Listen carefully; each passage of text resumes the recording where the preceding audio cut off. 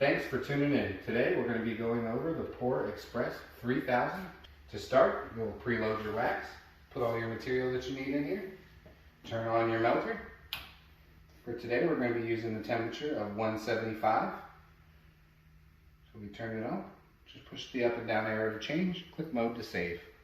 Once your melter gets up to its correct temperature, you'll begin preheating your filling system.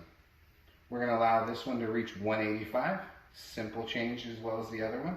Just click the left arrow up and down to change, mode to save.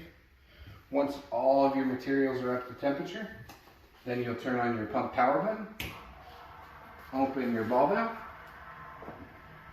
and we'll come up here and we'll start setting our times. Over here it's quick and easy. We're going to move up to a 10-ounce candle, and we're going to go ahead and move the pour time to a little under 2 seconds.